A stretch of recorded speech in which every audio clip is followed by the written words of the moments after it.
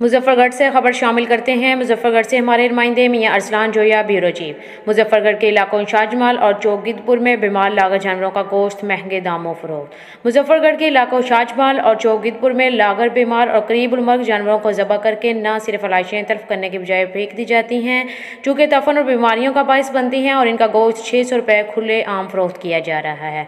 कसाबों ने एका कर रखा है। लोग हैज़ा और पेट की बीमारियों का शिकार हो रहे हैं।